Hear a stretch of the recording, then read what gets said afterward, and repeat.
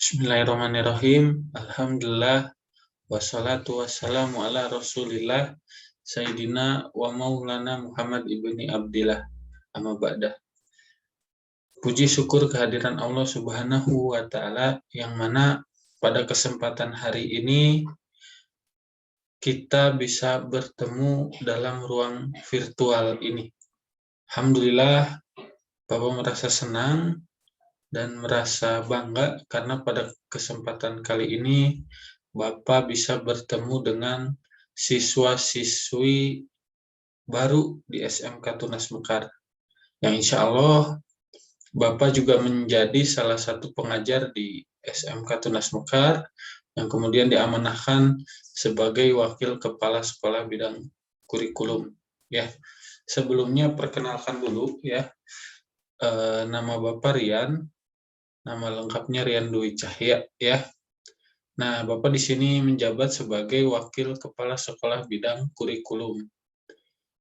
Nah, di sini Bapak akan menjelaskan bagaimana pembelajaran di SMK, khususnya pembelajaran pada kurikulum 2013 ya. Nah ini nama Bapak ya, nama lengkapnya. Nah,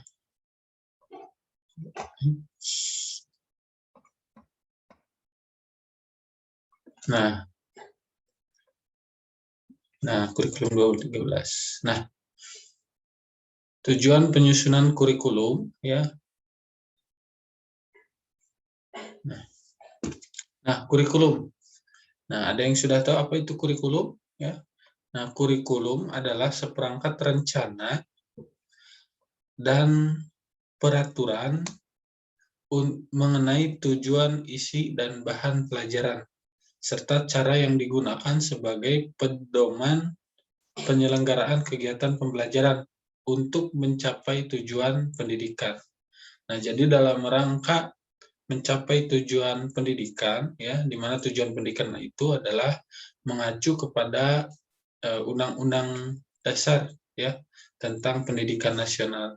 Nah, disusun rangkaian pelajaran, ya, rangkaian mata pelajaran di mana tercapainya tujuan pendidikan itu tersebut, ya. Nah, kemudian ada di dalam kurikulum itu ada namanya struktur, ya, struktur kurikulum. Nah, ini merupakan pola dan susunan mata pelajaran, ya, yang harus ditempuh peserta didik pada satuan pendidikan dalam kegiatan pembelajaran. Susunan mata pelajaran pada struktur kurikulum SMK terbagi dalam tiga kelompok, yaitu kelompok mata pelajaran muatan nasional, kemudian muatan wilayah, dan peminatan kejuruan. Jadi ada tiga, ya. Ada tiga kelompok, yaitu muatan nasional, muatan kewilayahan, dan muatan kejuruan, ya. Nah, di sini Bapak, telah Bapak tampilkan struktur kurikulum yang nanti akan kalian tempuh selama menempuh sekolah di SMK Tunas Mekar, yaitu selama 3 tahun, ya.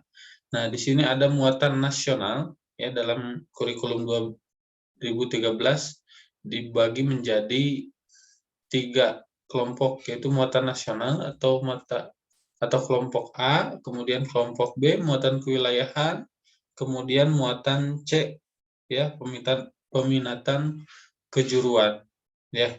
Yang pertama muatan nasional, di sini ada pendidikan agama Islam dan budi pekerti, ini wajib, ya, diselenggarakannya. Kemudian pendidikan Pancasila dan kewarganegaraan, kemudian bahasa Indonesia, matematika, sejarah Indonesia, dan bahasa Inggris, ya. Untuk sejarah Indonesia itu hanya ada di kelas 10 saja, ya.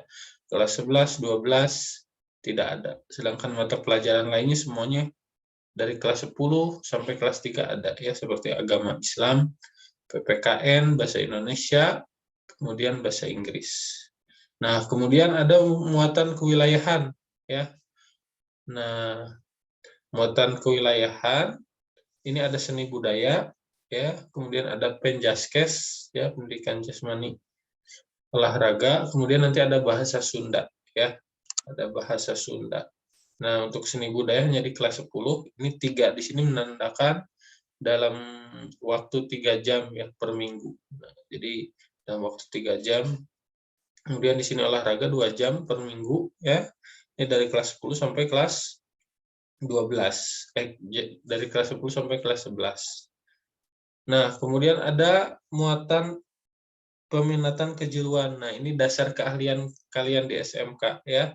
Nah, pertama kalian akan belajar yang namanya simulasi komunikasi digital, kemudian belajar fisika, ya, kemudian belajar kimia dan biologi. Ini dasar keahlian, ya, dasar keahlian untuk ke mata pelajaran selanjutnya, ya. Kemudian ada dasar program keahlian. Nah, di sini mata pelajarannya bisa, kalau zaman KTSP dikatakan mata pelajaran produktif, ya. Di sini ada konsep dasar keperawatan, ya, anatomi psikologi, ya, 3 jam, ini di kelas 10 sama ya. Nah, komunikasi keperawatan, ilmu kesehatan masyarakat, ya. Nah, yang kalian akan tempuh di kelas 10, ini ada di sini ya. Nih, seperti ini yang muatan nasional semua, ya, dan muatan kewilayahan ditambah bahasa Sunda. Kemudian ada simulasi digital di kelas 10, fisika, kimia, biologi. Ya, untuk kelas 11, 12 dasar keahlian yang ini tidak ada ya, atau C1-nya kelompok C1. Nah, C2 kalian akan belajar di kelas 10 konsep dasar keperawatan atau dasar program keahlian, atau kelompok C2 kalian akan belajar konsep dasar keperawatan, kemudian anatomi psikologi, kemudian ada keperawatan, kemudian ada ilmu kesehatan masyarakat. Ilmu kesehatan masyarakat. Ya, ini di kelas 10. Nah, nanti kelas 12 kalian akan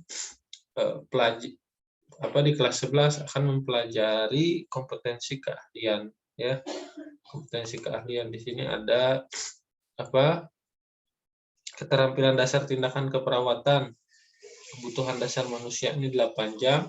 Jadi kebanyakan mata pelajaran kejuruan di tingkat kelas 10 dan tingkat kelas 11 ya. Nah, itu untuk struktur kurikulum atau mata pelajaran yang akan kalian tempuh selama 3 tahun di SMK Tunas Mekar. Nah, adapun profil lulusan SMK dalam hal ini mengacu kepada undang-undang, yaitu kinerja lulusan yang menggambarkan penguasaan kompetensi secara utuh sesuai dengan keahliannya. Kalau keahliannya keperawatan, berarti kompetensi apa yang kalian miliki ya selama menjadi seorang lulusan asisten keperawatan ya, kompetensinya misalnya bisa seperti apa ya. Kemudian menggambarkan peran dan fungsi yang diharapkan dapat dijalankan oleh lulusan nantinya di dunia kerja. Kemudian merupakan outcome ya berdasarkan peraturan PMK ya. Nah, jadi kalian di SMK Tunas Mekar ini belajar, kemudian dibina ya, kemudian setelah lulus kalian memiliki kompetensi keahlian bidang keperawatan. Nah, di situ kemudian nanti kalian akan disesuaikan ya keahlian kalian di dunia kerja. Nah, kemudian nanti kalian akan mendapatkan outcome. Outcome-nya berupa apa? Berupa penghasilannya dari keahlian kalian di bidang keperawatan. Nah, standar kompetensi lulusan SMK ya dikembangkan berdasarkan kinerja tuntutan dunia kerja dan profil lulusan.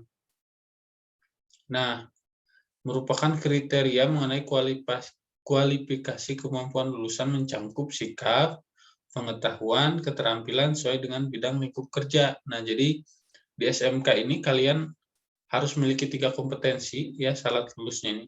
Kemudian kompetensi sikap, pengetahuan ya, pengetahuan dari segala hal aspek yang telah dipelajari ya di SMK. Kemudian keterampilan dalam menerapkan pengetahuan yang kalian dapat di sekolah ya.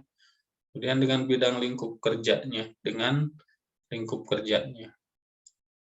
Nah, adapun beban belajar ya di SMK, beban belajar di sekolah menengah kejuruan, madrasah aliyah atau madrasah aliyah dinyatakan dalam jam per minggu ya. Beban belajar 1 minggu kelas 10, 11, 12 adalah 46 jam ya. Pelajaran durasi setiap 1 jam pelajaran adalah 45 menit ya. Nah, beban belajar di kelas 10 dan 11 dalam 1 semester itu 18 minggu ya. Jadi kalian 18 minggu. Nah, beban belajar di pada semester ganjil ya kelas 12 ya di semester 1 itu 18 minggu. Sedangkan untuk di semester genap di kelas 12 cuma 14 minggu ya. Nah, perlu kalian ketahui ya bahwa saat ini ujian nasional telah dihapuskan. Nah, jadi beban kalian untuk bisa ujian nasional ini berkurang ya. Jadi kalian nantinya di kelas 12 belajar hanya 14 minggu, kemudian ujiannya diganti karena ujian nasional dihapuskan menjadi kalian tinggal ujian sekolah, kemudian uji kompetensi keahlian. Ya, jadi 2, biasanya 3 ya. Ada ujian sekolah, ujian nasional, kemudian ada ujian kompetensi. Nah, penilaian hasil belajar ya. Penilaian hasil belajar merupakan proses pengumpulan dan pengolahan informasi untuk mengukur pencapaian hasil belajar peserta didik dalam ranah sikap, pengetahuan, dan keterampilan. Yang mengintegrasikan nilai dilakukan secara proses terencana, sistematis selama dan setelah proses pembelajaran suatu kompetensi untuk kurun waktu tertentu. Ya, penilaian hasil belajar oleh pendidik dilakukan secara berkesinambungan untuk memantau proses kemajuan dan perbaikan hasil dalam bentuk ulangan harian, ya. Kemudian ujian tengah semester, ujian akhir semester. Penilaian oleh peserta didik digunakan untuk menilai pencapaian kompetensi peserta didik, bahan penyusunan laporan kemajuan hasil belajar dan perbaiki proses pembelajaran. Nah, jadi dalam proses pembelajaran ya kemudian nanti guru akan melakukan evaluasi ya, apakah dalam bentuk ulangan harian ya, mungkin itu waktunya tergantung dari guru mata pelajaran tersebut. Kemudian ada namanya ujian tengah semester per 3 bulan, per 6 bulan ujian semester, dan ujian akhir tahun ya, atau ujian naik kelas ya, itu per tahun. Nah, selain itu kalian juga akan melakukan proses pembelajaran di industri atau prakerin. Ya, jadi tidak cukup hanya belajar di sekolah ya, tapi kompetensi yang kalian dapatkan di SMK itu ada beberapa hal yang tidak dapat dilakukan di sekolah, yaitu kalian harus kompetensi itu kalian harus tempuh yaitu di industri. Dalam hal ini biasanya kalau untuk keperawatan itu di rumah sakit ya, kalian belajar di sana ya, kemudian nanti hasil belajar di sana kalian bawa ke sekolah ya, kemudian nanti akan dipertanggungjawabkan ya, nanti akan ada ujian prakerin ya, jadi hasil prakerin dari sana kalian akan diujikan ya oleh guru-guru di sini. Nah, nanti itu ada penilaian tersendiri ya untuk prakerin. Nanti kalian yang sudah melaksanakan prakerin, kemudian sudah diuji, akan mendapatkan nilai prakerin dan mendapatkan sertifikat prakerin itu sendiri ya dari industri tersebut. Nah, jadi biasanya di kelas 11 ya untuk prakerin, atau kalau kemarin sedikit mundur karena adanya COVID ya. Nah, jadi seperti itu ya. Nah, siswa yang selama proses evaluasi atau penilaian ya mendapatkan hasil sesuai dengan kriteria ketuntasan minimum, itu dinyatakan bisa masuk ke jenjang berikutnya atau bisa naik kelas ya, dari kelas 10 ke kelas 11 atau dari kelas 11 ke kelas 12. Nah, kemudian di tingkat 12 nanti apabila kalian sudah mengikuti ujian nasional, uji kompetensi ya, kemudian semua sudah dilalui baik itu prakerin dan nilai semua sudah bagus, kalian bisa dinyatakan bisa lulus di SMK Tunas Mekar ya.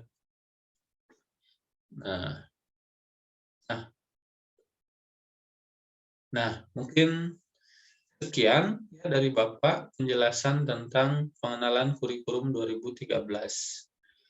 Nah, terima kasih atas partisipasi dan perhatiannya. Wabillahi taufiq wal hidayah. Wassalamualaikum warahmatullahi wabarakatuh.